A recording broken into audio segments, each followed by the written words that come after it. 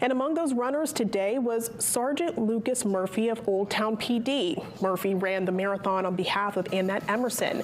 Emerson survived the 2013 terror attack and ever since has made it her priority to be a part of change. Now working with Strength for Strength, an organization that supports survivors of terror attacks, the two have teamed up to complete the marathon and raise funds to support survivors. Emerson says she would be right there for Murphy when he crossed the finish line. So if you'd like to donate to the organization, you can find that link on our website.